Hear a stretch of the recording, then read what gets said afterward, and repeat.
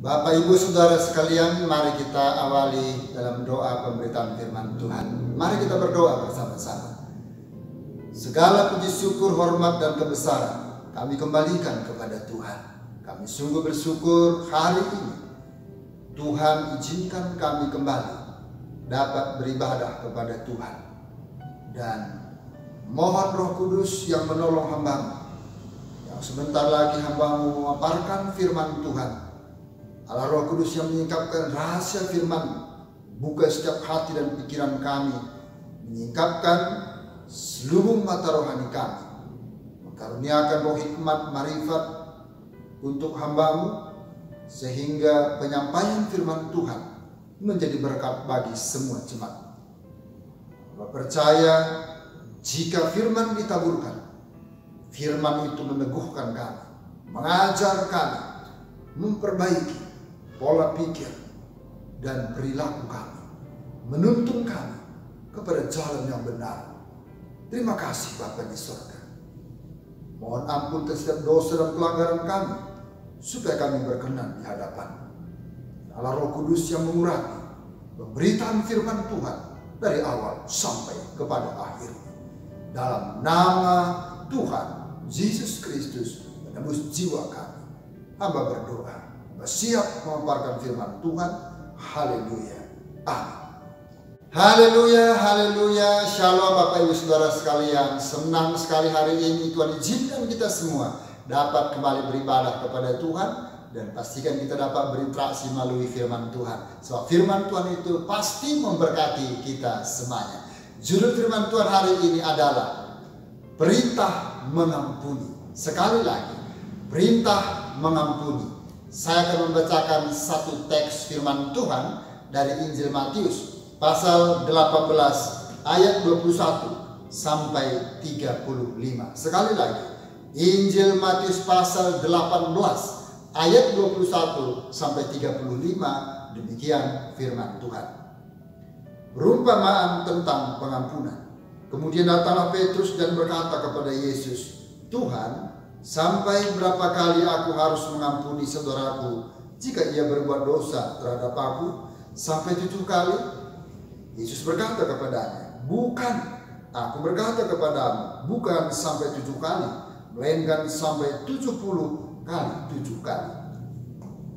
Sebab hal kerajaan surga seumpama seorang raja yang hendak mengadakan perhitungan dengan hamba-hambanya. Setelah ia mulai mengadakan perhitungan itu, dihadapkanlah kepadanya seorang yang berhutang 10.000 talenta. Tetapi karena orang itu tidak mampu melunaskan hutangnya, raja itu memerintahkan supaya ia dijual beserta anak istrinya dan segala miliknya untuk membayar hutangnya. Maka sujudlah hamba itu menyembah dia, katanya, 'Sabarlah dahulu, segala hutangku akan kulunaskan.' Lalu tergeraklah hati raja itu oleh belas kasihan akan hamba itu, sehingga ia membebaskannya dan menghapuskan hutangnya.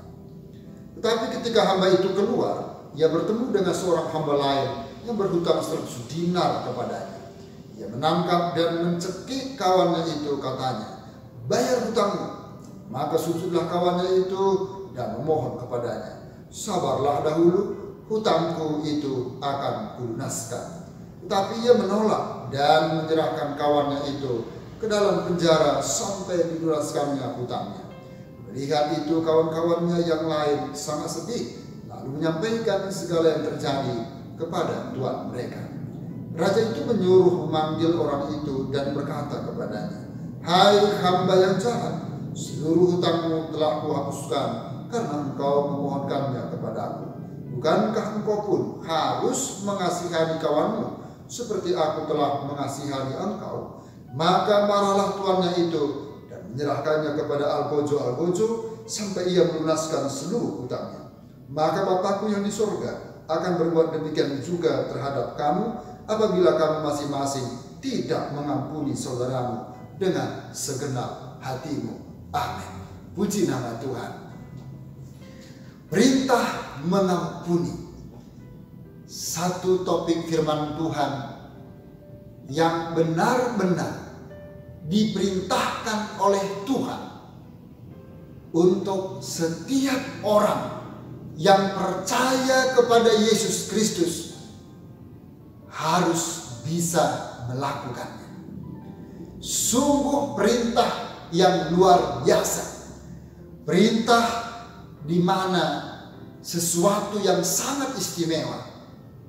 Dan ini adalah perintah bagi orang-orang yang mengasihi Tuhan. Puji nama Tuhan. Saudara, ada dua momen yang tak pernah kita lupakan. Dua momen yang sulit kita lupakan.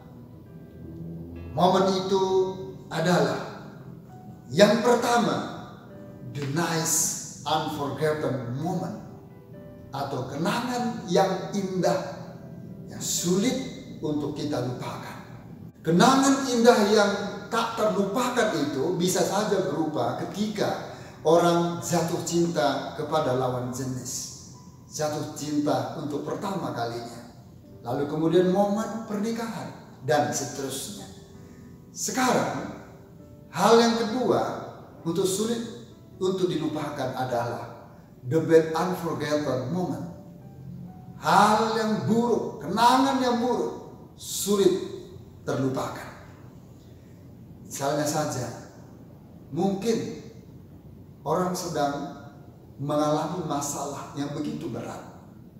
Katakanlah keluarga yang broken heart, keluarga yang benar-benar tidak bisa dipertahankan lagi di dalam keutuhan mereka, di dalam keharmonisan mereka. Dan itu menjadi suatu kenangan yang buruk, yang sulit untuk dilupakan. Kemudian bagi orang-orang yang muda misalnya, ketika mereka mengalami cinta yang tertolak, dan itu mereka ingat menjadi suatu kenangan buruk dan sulit untuk dilupakan. Dan masih banyak momen lainnya yang kategori buruk dan itu sulit untuk dilupakan. Nah, saudara, perumpamaan tentang pengampunan di sini, Petrus bertanya kepada Yesus tentang hal mengampuni, dan Yesus menjawabnya dengan perumpamaan seorang raja yang hendak mengadakan perhitungan dengan hamba-hambanya. Mengapa kenangan buruk yang tak terlupakan sulit untuk diampuni? Apakah kenangan buruk itu akan terus disimpan di dalam hati kita? Apakah kita tidak bisa lagi mengampuni orang yang bersalah kepada kita? Saudara, ini memang sesuatu pertanyaan yang sangat esensi di dalam kekristenan. Dan tentunya ini sangat penting untuk kemudian kita bisa mengalami suatu pengampunan atau melakukan pengampunan. Memang mengampuni bukanlah hal yang mudah untuk kita lakukan. Tidak semudah ketika kita membalikkan telapak tangan kita. Apalagi jika orang tersebut menyakiti, bukan hanya satu kali, dua kali, tapi berkali-kali, berulang-ulang. So pasti kita katakan, aku tidak bisa mengampuni. Pasti akan sulit untuk mengampuni. Tetapi sekali lagi, ini perintah Tuhan. Kita harus bisa mengampuni. Maka kemudian pertanyaannya, bagaimana prinsip mengampuni? Yang pertama adalah kita harus mau mengampuni terus menerus. Dalam ayat 21 sampai 22. Sekali lagi, kita harus mau mengampuni terus menerus. Bukan hanya 7 kali. Bukan hanya 7 kali, 70 kali. Tetapi terus menerus tanpa batas. Mengampuni artinya tanpa batas. Sungguh sesuatu yang sulit jikalau dianalisa dengan nalar kita. Tetapi kemudian ini adalah perintah Tuhan. Jika Tuhan memerintahkannya, maka pasti orang-orang yang diperintahkannya diberikan kemampuan, diberikan kekuatan, diberikan kesanggupan untuk mempraktekannya. Yang percaya katakan amin. Puji nama Tuhan. Mari kita perhatikan ayat 21 dan 22. Kemudian datanglah Petrus dan berkata kepada Yesus, Tuhan, sampai berapa kali aku harus mengampuni saudaraku jika ia berbuat dosa terhadap aku? Sampai 7 kali? Kemudian, kalau kita perhatikan ayat 22, Yesus berkata kepadanya, bukan, aku berkata kepadamu, bukan sampai 7 kali, melainkan sampai 70 kali 7 kali. Kalau secara matematika, jawabannya 490 kali. Saudara yang dikasih Tuhan, apa maksud dari jawaban Yesus? Bukan 7 kali, tetapi 70 kali 7 kali. Ayat 21 ini diucapkan Petrus sebagai reaksi atas ajaran Yesus pada pasal 18 ayat 15 yang secara implisit menunjukkan bahwa kalau orang itu bertobat, kita harus bersedia mengampuni dia. Yang mana pada saat itu para rabi Yahudi berdasarkan penafsiran yang kurang tepat dari ayat-ayat seperti kitab Amos pasal 1 ayat 3, pasal 2 ayat 1, ayat 4, ayat 6 mengajarkan bahwa mereka hanya perlu mengampuni sampai 3 kali saja. Dan kesalahan keempat tidak perlu diampuni lagi. Jadi tampaknya 7 kali mengampuni itu sudah banyak, karena sudah lebih dari 3 kali. Tetapi bagi Yesus 7 kali itu masih kurang banyak. Maka kemudian Yesus berkata, bukan 7 kali, tetapi 70 kali 7 kali, alias 490 kali secara harfiah. Ini tentunya tidak boleh diartikan secara harfiah, tetapi makna yang terkandung di dalamnya ketika Yesus berkata kita harus mengampuni 70 kali 7 kali adalah kita harus mengampuni terus menerus selama orang yang bersalah kepada kita meminta ampun, meminta maaf kepada kita, maka kita wajib untuk mengampuninya, wajib memaafkannya. Ini perintah Tuhan. Yang percaya katakan amin. Puji nama Tuhan. Maka kemudian ayat 22 Yesus menjawab, jangan sampai 7 kali. Bukan sampai 7 kali, tetapi sampai 70 kali 7 kali. Berarti Anda dan saya, setiap orang yang menaruh percaya kepada Tuhan Yesus dan yang bersedia melakukan perintah firman Tuhan, kita harus terus menerus untuk mengampuni setiap orang yang bersalah kepada kita. Sungguh sesuatu yang luar biasa. Itulah yang Tuhan kehendaki. Itulah yang Tuhan terapkan bagi orang-orang yang mengiring dia, bagi orang-orang yang mengikut dia, bagi orang-orang yang meneladani dia dalam sepanjang kehidupan mereka. Selanjutnya, dengan pertanyaan yang sama, bagaimana prinsip mengampuni? Yang kedua adalah memiliki kemurahan hati. Sekali lagi, memiliki kemurahan hati. Di dalam ayat 23 sampai 27, sana kita dapat perhatikan dengan baik bahwa hal kerajaan surga itu seumpama seorang raja yang hendak mengadakan perhitungan dengan hamba-hambanya. Di situ ada seorang hamba yang berhutang kepadanya 10.000 talenta. Sekali lagi 10.000 talenta. Dan hamba tersebut tidak mampu melunasinya, sehingga raja memerintahkan supaya ia dijual beserta anak istrinya dan segala miliknya.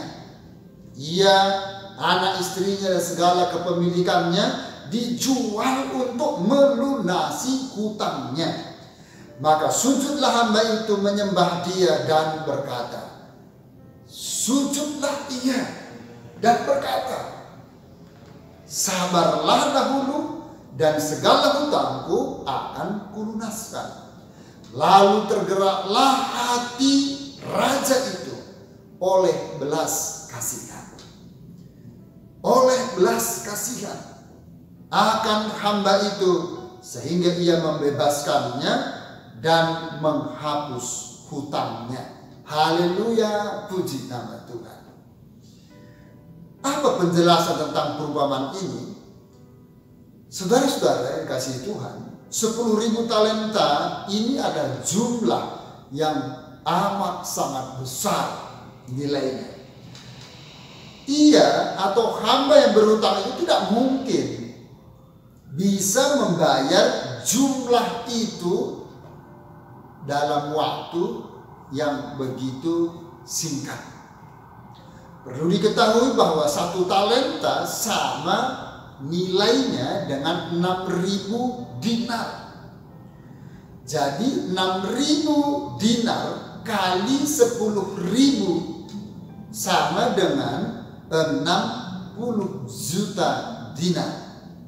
Sedangkan 1 dinar adalah upah seorang buruh kasar dalam 1 hari. 1 hari buruh bekerja, gaji atau upahnya hanya 1 dinar. Jadi seorang buruh kasar membutuhkan waktu 1000 minggu, bukan 1000 hari, tetapi 1000 minggu, hampir 20 tahun untuk mendapatkan hanya 1 talenta. Wow, luar biasa. Jadi untuk mendapatkan 10.000 talenta, ia atau seorang buruh membutuhkan waktu 200.000 tahun untuk melunasi hutangnya. Wah, ini sesuatu yang mustahil untuk bisa lunas tanpa campur tangan, tanpa intervensi pihak lain untuk bisa melunasinya. Bagaimana mungkin seorang buruh bisa bekerja sampai 200.000 tahun sementara usianya saja hanya mencapai katakanlah 70 sampai 80 tahun. Saudara-saudara dikasih oleh Tuhan, ayat 25 dikatakan ia dan keluarganya dan seluruh kepemilikannya harus dijual untuk melunasi hutang hamba 10.000 talenta itu. Karena tuannya mengerti dia tidak mungkin bisa untuk melunasi hutangnya. Itu sebabnya sebagai penggantinya dia harus dijual beserta anak, istri, dan juga kepemilikannya dijual semua. Maka itu sebagai pengganti utangnya. Nah, saudara-saudara, pada saat itu hal itu memang biasa dilakukan.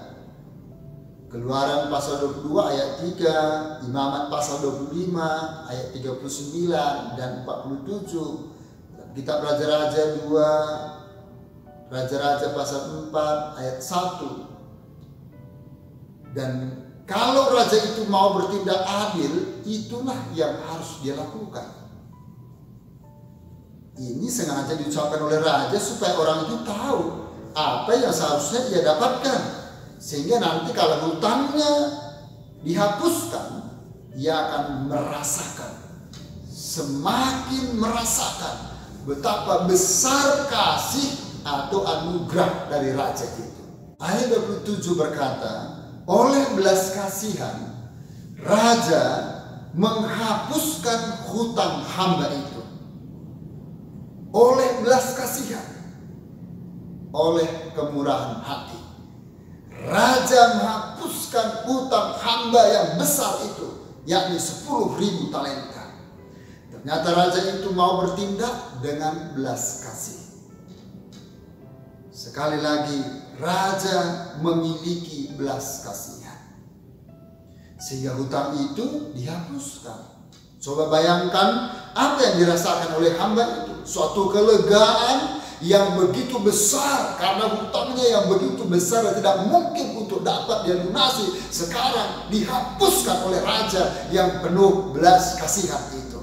Sesuatu yang sungguh luar biasa. Apakah Anda juga merasakan pada waktu Anda berdosa lalu Tuhan mengampuni, Anda merasakan suatu kelegaan dan betapa Tuhan itu sangat baik mengampuni dosa kita?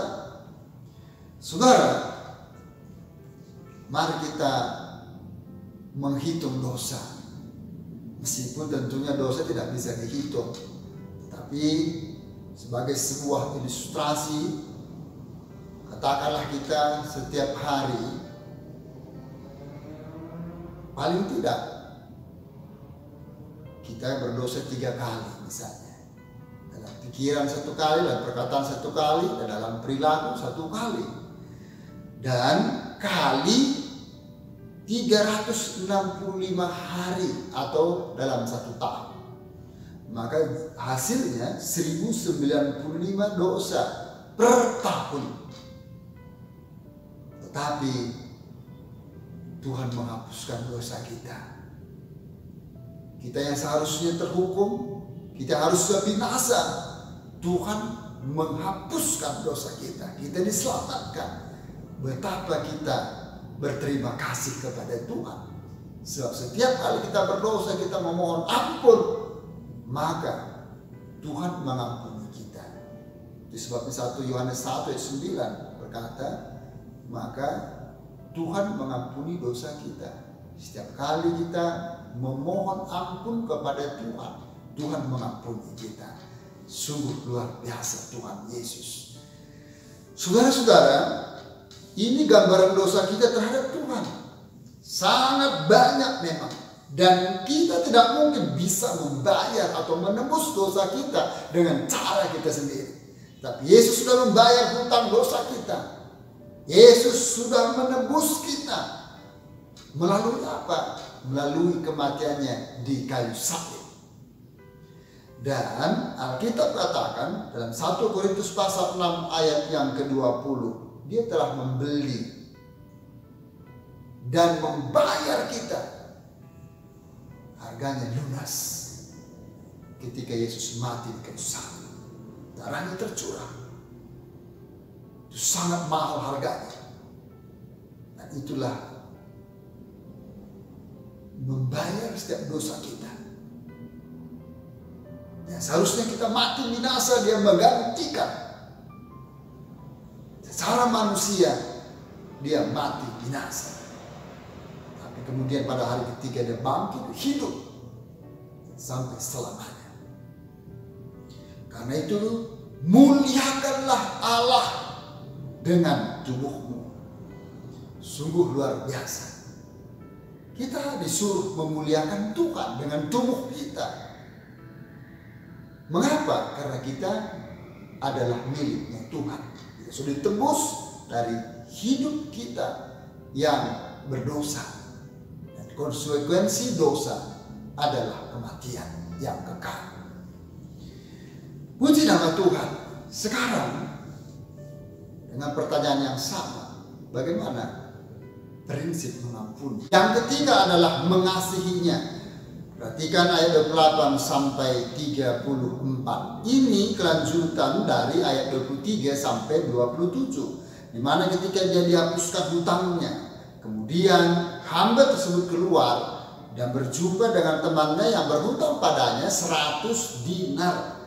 Dia menangkap dan mencekik temannya tersebut serta menyuruh membayar hutang. Ayo bayar hutangnya. Dia kemudian mencekik temannya itu. Lalu kemudian saudara, maka bersujudlah temannya dan memohon kepadanya dan berkata, sabarlah dahulu, hutangku itu akan kulunaskan. Tetapi hamba tersebut menolak dan menyerahkan temannya ke dalam penjara sampai temannya itu melunaskan hutangnya.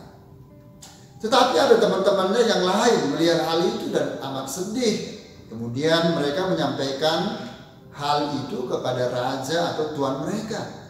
Kemudian raja itu memerintahkan untuk memanggil hamba itu dan berkata kepadanya, "Hai hamba yang jahat, seluruh hutangmu telah kuhapuskan karena engkau memohonkannya kepadaku. Bukankah kau harus mengasihi temanmu seperti aku telah mengasihimu?"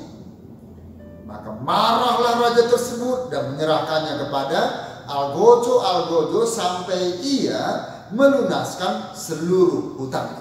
Saudara dikasih oleh Tuhan, kita belajar dari tindakan raja tersebut, yang mana ia mau mengasihi hamba tersebut oleh karena dia punya belas kasihan. Itu sebabnya dia mengasihi hambanya yang memohon supaya menunda untuk melunasi hutangnya. Justru raja itu membebaskan hutang dari hamba tersebut. Ini sesuatu yang luar biasa.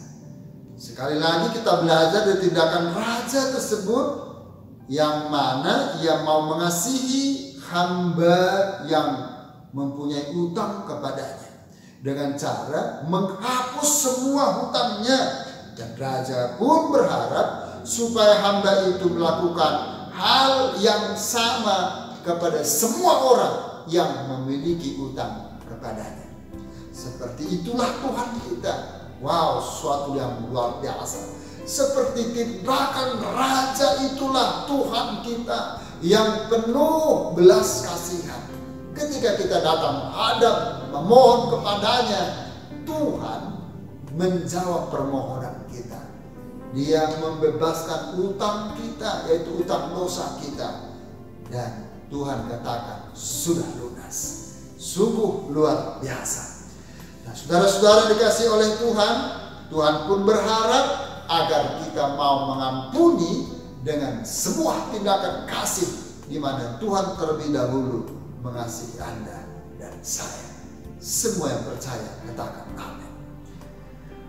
Sekarang kita masuk kepada jawaban yang keempat. Bagaimana prinsip mengampuni? Ayat 35. Karena Allah telah mengampuni kita. Ini adalah poin yang keempat, prinsip mengampuni. Karena Allah telah mengampuni kita. Ayat 35, maka Bapakku yang di sorga akan berbuat demikian juga terhadap kamu, apabila kamu masing-masing tidak mengampuni saudaramu dengan segenap hatimu. Ayat ini merupakan kesimpulan dari perumpamaan yang sudah kita pelajari bersama, di mana Tuhan tidak akan mengampuni kita apabila kita pun tidak mengampuni orang-orang yang telah bersalah kepada kita dengan segenap hati kita. Saudara yang dikasih oleh Tuhan, kita harus tahu bahwa dosa kita sangat besar. Kita tidak bisa membayarnya. Walaupun kita ini dijual, anak, istri, seluruh aset dan kepemilikan kita, kita jual demi membayar dosa kita, tidak mungkin. Itu sesuatu yang mustahil. Oleh sebab itu, Tuhan turun tangan dengan cara Dia menebus kita dengan mati di kayu salib. Dan Dia membeli kita, harganya lunas. Dosa orang lain kepada kita relatif kecil, tapi kita dituntut harus mengampuni terus menerus. Dengan apa? Dengan kemurahan hati dan dengan kasih daripada Tuhan untuk mengasihi mereka. Sebab Tuhan juga telah mengampuni kita dari setiap dosa dan pelanggaran kita. Nah, pertanyaannya sekarang, apakah kita mau melepaskan pengampunan kepada orang lain? Masihkah di antara kita ada yang menyimpan dendam yang berkarat, dendam yang sudah beberapa turunan, dan kita tidak mau melepaskan pengampunan. Padahal Tuhan mengampuni Anda dan saya. Seharusnya mati binasa karena konsekuensi dosa kita. Tapi sungguh luar biasa betapa besar kasih Allah, betapa besar belas kasihan Allah. Itu sebabnya Dia membayar dengan cara mati di kayu salib, dan kita ditebus dengan darahnya. Harganya lunas. Mulai dari sekarang kita semua yang percaya kepadanya adalah miliknya. Muliakanlah Tuhan. Sudahkah Anda mengampuni sesama? Tuhan Yesus memberkati kita semuanya. Mari kita berdoa bersama-sama. Bapa Surgawi, dalam nama Tuhan Yesus, hari ini kami belajar untuk mengampuni orang-orang bersalah kepada kami. Mampukan kami Tuhan Yesus, sebab Engkau sudah memberikan teladan kepada kami. Kami percaya selama Tuhan memerintahkan kepada kami untuk mengampuni, maka selama itu juga Tuhan memampukan kami untuk mengampuni sesama kami. Mereka yang berdosa, mereka yang bersalah, mereka melakukan kecurangan kepada kami. Dan Tuhan selama mereka memohonkan ampun, maka kami harus mengampuni mereka bukan hanya 7 kali, tapi terus menerus sepanjang Engkau mengizinkan kami hidup dalam dunia ini.